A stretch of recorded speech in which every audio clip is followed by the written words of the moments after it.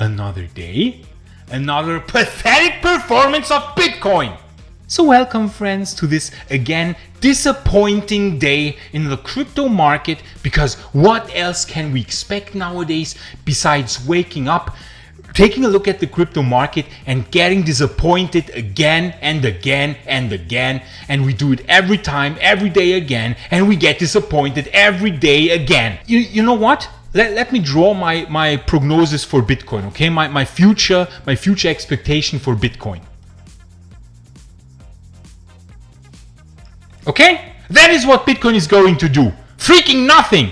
Okay, friends, okay, I'm calming down again. Let's zoom in into the weekly chart. Let's zoom in into this and see what this is going to do, okay? Again, disappointing performance wherever we look. So I was saying last time, friends, it could be that we are breaking through the Bollinger Band, but apparently it is getting rejected by the Bollinger Band like the complete loser that Bitcoin has become. It is getting rejected by the Bollinger Band.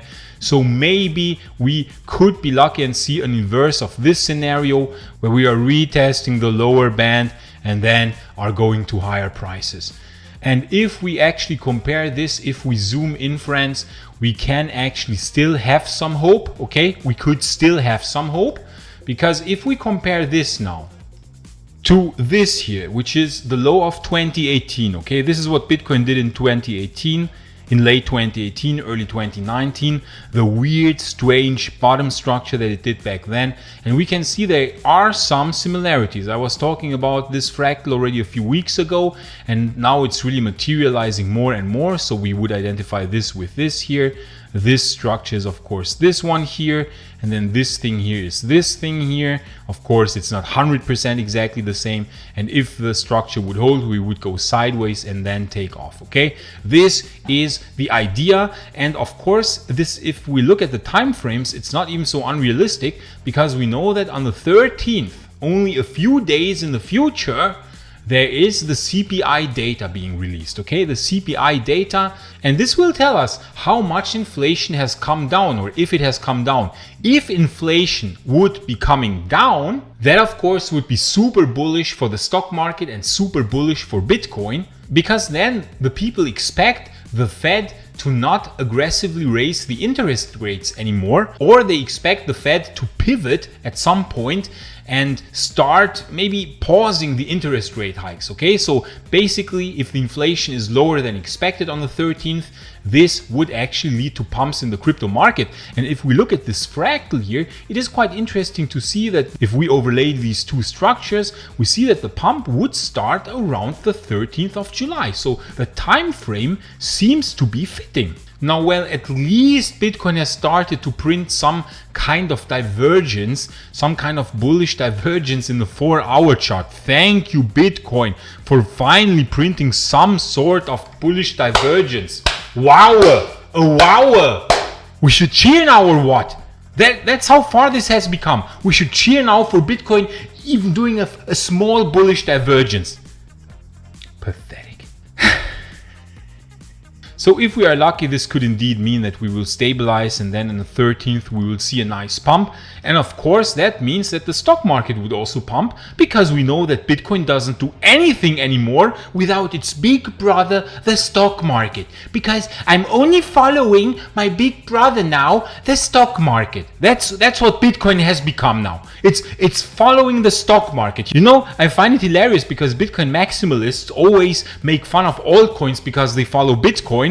But Bitcoin is now only following the stock market. Isn't that hilarious? Anyway, so let's go to the stock market. So in the stock market, we said already last time, there's a really good development. We have broken out of this falling wedge where I said already since weeks now that we are printing a hidden bullish divergence, and lo and behold, indeed, it is breaking to the upside as we said that it would, because falling wedges, friends, are normally bullish structures, plus the hidden bullish divergence made it extremely likely that the Nasdaq would break to the upside. And in fact, friends, I expect a kind of a bigger bounce here, because I think that the CPI data will be favorable on the 13th, okay? I think inflation will be lower than expected. Why? Because oil has started coming down. Okay, now it's rebounding, but I don't think it will go to make new highs. I think oil will be now coming down mostly, because if we look at it on the weekly chart, we see it's printing just a massive bearish divergence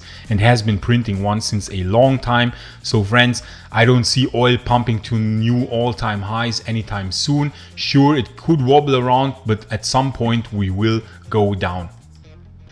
The same for other assets like copper. Copper is always nice to look at. Look how much it has come down in the last weeks. So we see commodities really coming down, and that of course has a huge influence on the CPI reading, because commodities are of course super important for the CPI. Therefore, I think that the CPI reading on the 13th will be in our favor, and that, friends, will lead to huge pumps in the Nasdaq, to nice pumps in the S&P 500, and then I think at some point, bam, the real dump will start. Why do I think that? Why do I think that it has become now more likely than this scenario here? Because a few weeks ago, I was still saying that such a scenario could unfold where unexpectedly we would go and make new all-time highs. Why do I think that this has become more unlikely? Friends, I have re-evaluated the Fed. I think they are stupid idiots, okay? I think I have overestimated them. I think they are complete and utter psychopaths. What do I mean by that? I think, friends, those guys will not stop until they have freaking crashed the entire market. Okay? Until they have freaking crashed the entire market. So I think they will still raise on the 27th of July. Here you see the dates with the Fed meetings where they will announce raising the interest rates. Okay? So now the market is pricing in a probability of 92.4%, okay, 92.4% for a raise of 75 basis points.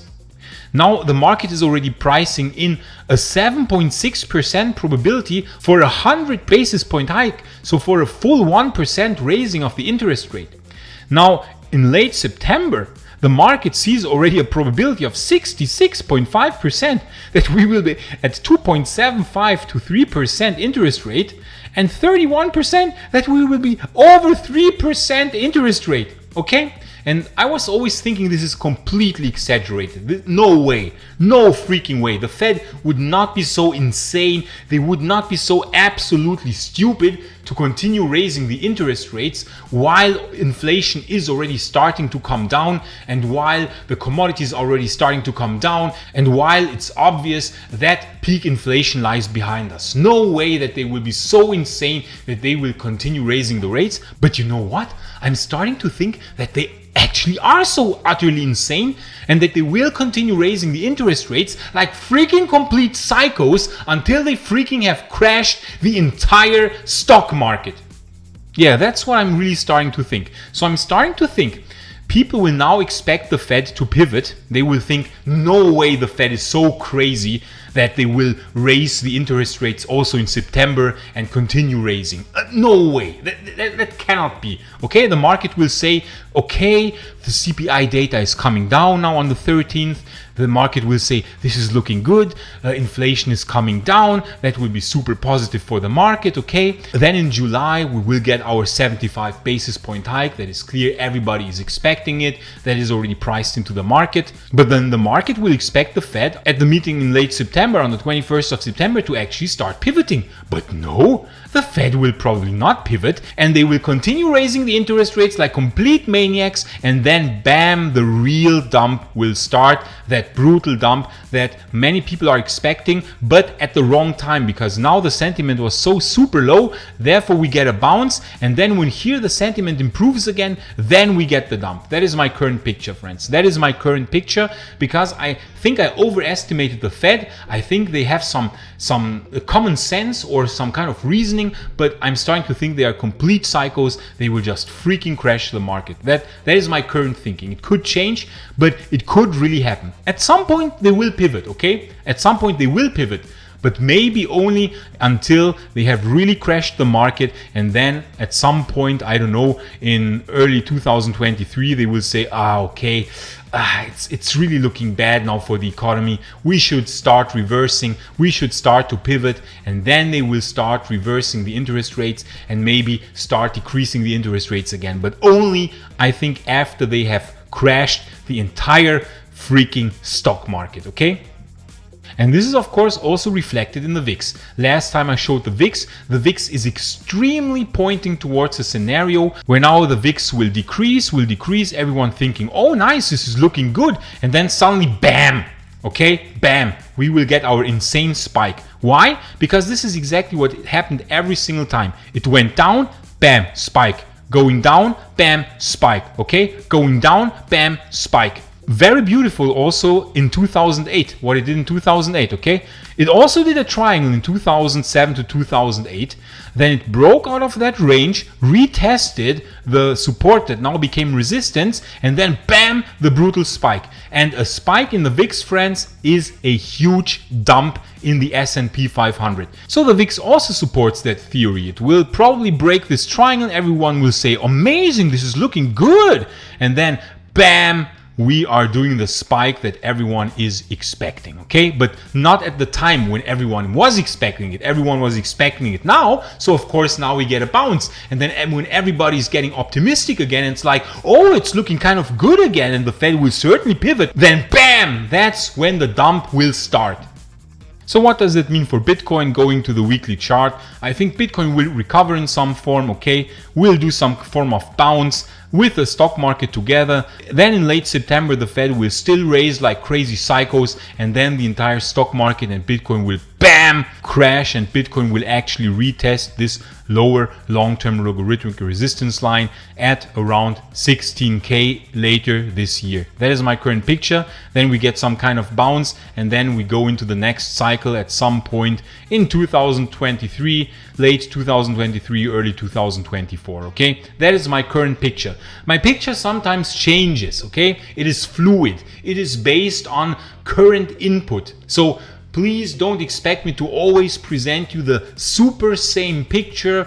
I'm not a fan of narratives, so you will not hear narratives from me. I'm reassessing the market every day. That's why I'm doing these daily updates, because I want to reassess the market every single day, and the data changes. But of course, that doesn't mean that this kind of scenario is completely ruled out, where we now go directly into a rally. I just think that it has become extremely unlikely by the way I currently interpret the Fed, because I really think they are complete psychos and will really crash the entire stock market, and therefore that's why I currently have this picture of the bounce and retesting the lows, and only then afterwards going to the next cycle. If that should change, friends, you will be the first ones to know, because I'm making daily aggressive and angry videos on Bitcoin and the crypto market, making technical analysis, comparing Bitcoin and crypto assets to the stock market, looking at the stock market, the volatility index, and many other indicators, so that we can understand what Bitcoin and the crypto market are probably going to do, friends. And I still maintain my view that the altcoins will perform better than Bitcoin, because they show a stronger bullish tendency, and I really think the altcoins could pump back to this logarithmic resistance line, maybe even pump slightly above it, and of course then they will dump together with Bitcoin, probably to this low, maybe make a new low, and then go into the next cycle in 2023 and 2024. That is my current picture. I hope you enjoyed this video. I'm really sorry that I currently cannot present you a more optimistic and awesome and amazing picture, because currently I think that the Fed are really complete freaking psychos. Thanks for watching. If you found this video interesting or helpful, please like and maybe even subscribe to this channel. I would be happy to welcome you. I will do daily brutal videos on crypto, and I will rant a lot. Believe me, I will freaking rant a lot. So then have a nice day, friends, and see you in the next crypto video tomorrow. Tschüss!